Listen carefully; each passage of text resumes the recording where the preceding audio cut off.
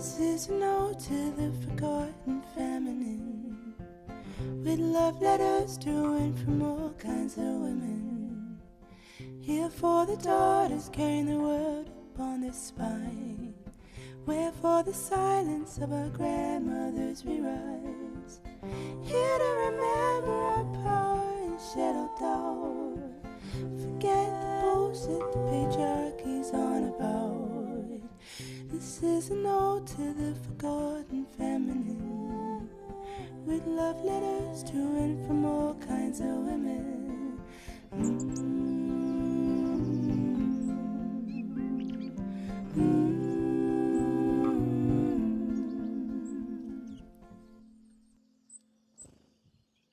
If you've ever felt the quiet pressure to be perfect, pleasing, and productive, and somehow you still don't feel like you're enough, then you're in the right place.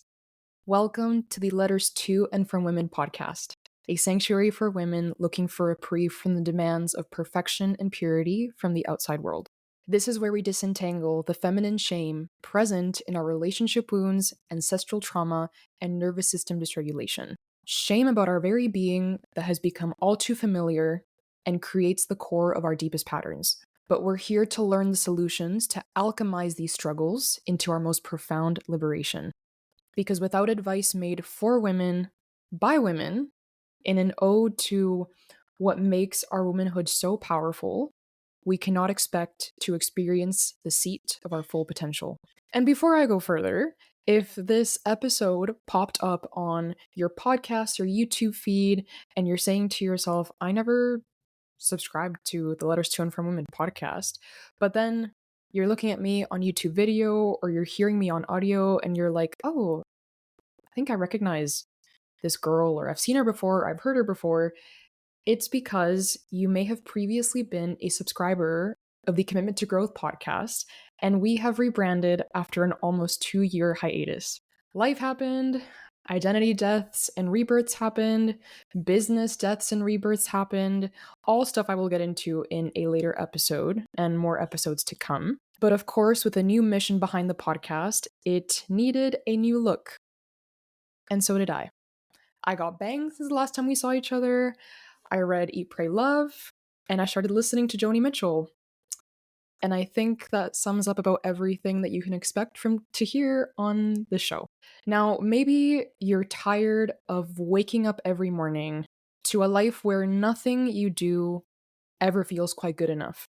Like what you do is never up to someone else's standard of what it means to be woman enough. Maybe you can feel your shame about your worth in your chest, and it causes you to shrink in relationships or in the mirror.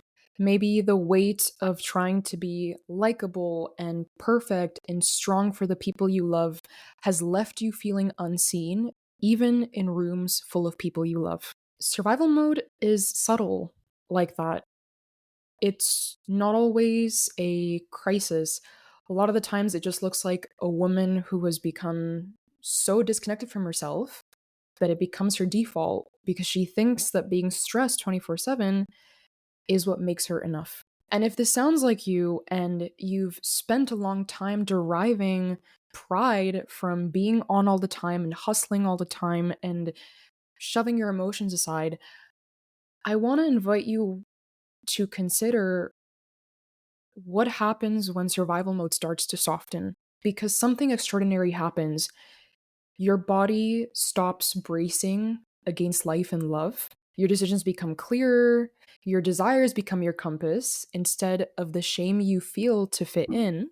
And you become magnetic for the relationships and opportunities that align with the seed of your true yearning instead of wasting your time settling for what feels just tolerable. And that return to yourself, that slow, embodied, and deeply honest return to your wholeness is exactly what we are going to explore here on the podcast. I'm your host, Mariana Jimenez, a somatic attachment coach and founder of The Enlightened Women, my platform where I am helping women rebuild safety and self-agency after a lifetime of perfection-driven shame. Now, my path into this work did not begin in a classroom or a certification program.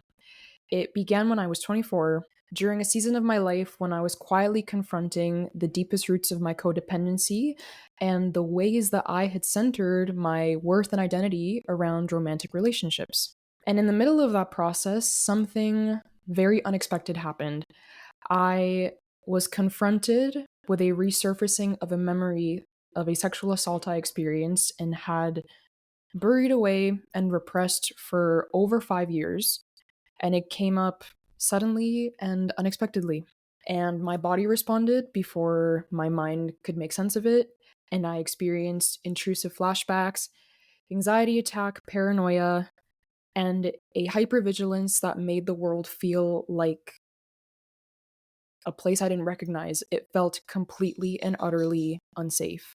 And like many women do, I went desperately searching for answers as to what I was experiencing, but unfortunately, I was turned away by several practitioners who didn't know how to guide me through this very deep process. And I decided that I would have to take my own healing into my own hands away from the traditional method of talk therapy. And that search led me to the wonderful work of somatic body work. And for the first time, I began to understand something that transformed my life and my understanding of healing. And that is that the body holds stories that can only be felt for the mind to make sense of them. Now, as I started doing this process of learning how to process what had happened to me through the body, I realized something that would completely evolve the meaning of this healing journey. And suddenly it wasn't only about reliving and reprocessing this one traumatic event, it became about looking at the identity that I had learned to inhabit as a woman. I started to see all the ways that I had learned to abandon my needs, devalue my body, silence my instincts, doubt my intuition, and silence parts of myself in order to be acceptable, lovable, and most importantly, safe. Healing suddenly became more than surviving what had happened to me. It became about unbecoming everything I was taught made me woman enough. And I believe that this is a conversation that more and more women need to start having with themselves today. Not just about trauma, but about the deeper question beneath it all, which is, who are we when we walk away from the roles we have been expected to play? I believe we can take the complex out of complex trauma, and it starts with understanding what beliefs, identities, and expectations we've been taught to hold that disconnect us from our body, mind, and voice. Because let's face it, as women, we grow up receiving messages from every which direction telling us something about us that is too naive, too much makeup, too little makeup, sinful, unworthy, unlovable, you name it.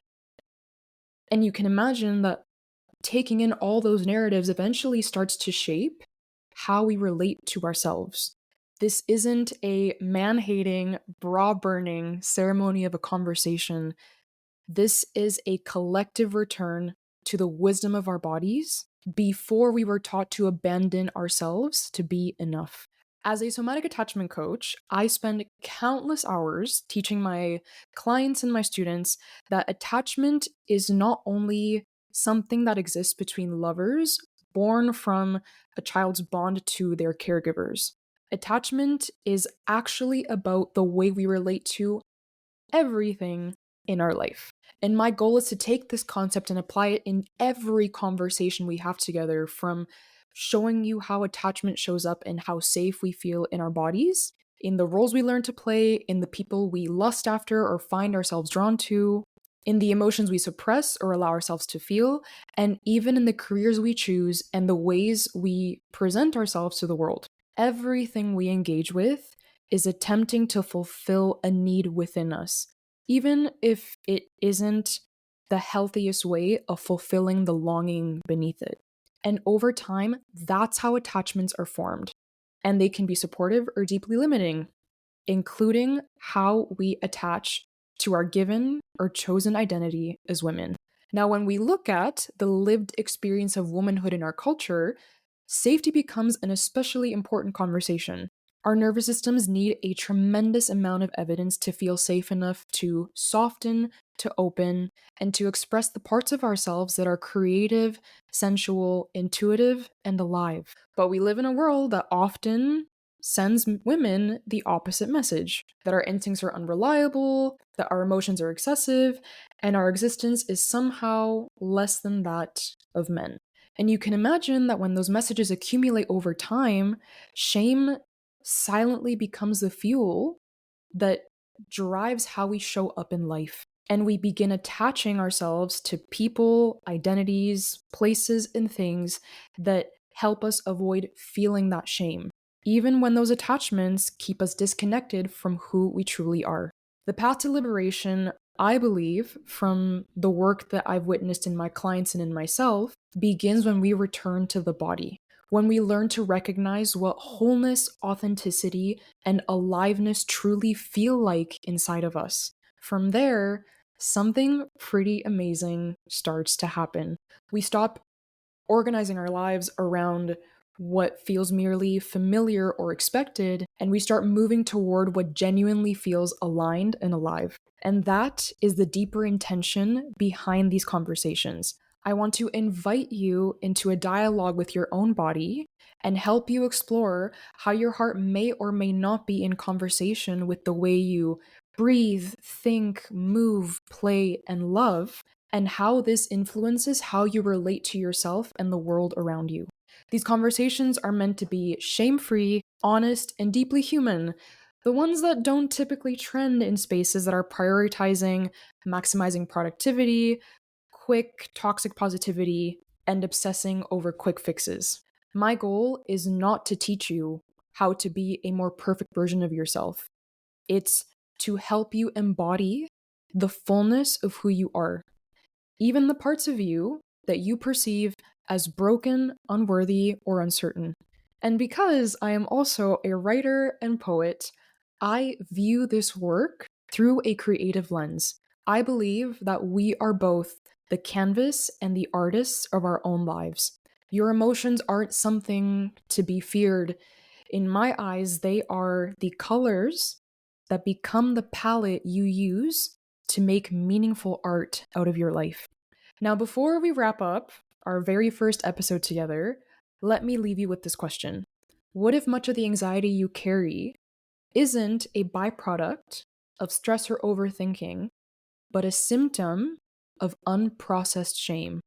Shame that you absorbed from your families, your past relationships, and from experiences that asked you to be a certain way before you even knew what that meant to survive. This is the piece that a lot of conversations on healing miss because shame isn't something that just occurs in your mind. Your shame lives in your body. And when shame settles in the body, it quietly hides our instincts, our truth, and our greatest desires with it. But in order to feel and release that shame, your body has to experience safety. And for most of us, feeling safe enough to witness our emotions is not something we were taught to do. And this is a layered work we are going to explore together here. Learning how to return to the body, learning how to feel safe enough to listen to it, learning to make it a place that you feel is safe to hold every part of who you are. Because, girly pop, your body has always been your home. It's just very possible that no one ever showed you how to feel safe enough to live there.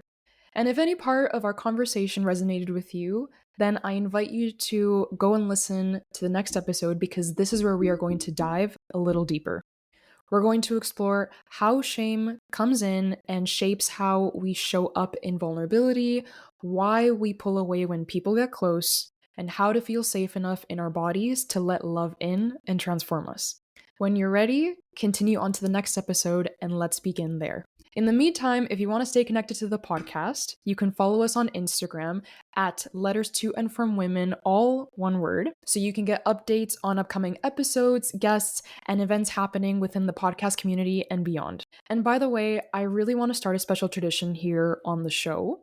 If you listened to our beautiful intro song, I had the privilege of co-writing it and co-producing it with my best friend and singer-songwriter, Emerald Osagi, who, by the time you listen to this, her episode as the first guest on the pod will also be out, so I highly encourage that you go and listen to that after this as well. What I would love to do is I would love to start a tradition where monthly you all as listeners send in videos of you singing along to the song. If you head over to Instagram or YouTube, you can get a full rundown of the lyrics so you can sing along. Send videos of you singing the song in your car, out on your hot girl walk, or doing a spin off of it with your friends, whatever rings the most true to you. But every month, I will pick one lucky singer to win a $100 Visa gift card. All you need to do is record yourself, upload that video to your Instagram stories or your feed, whatever's most comfortable for you, tag the podcast, and you will automatically be entered to win. I'm your host, Mariana, and this is the Letters to and from Women podcast. Thank you for being here.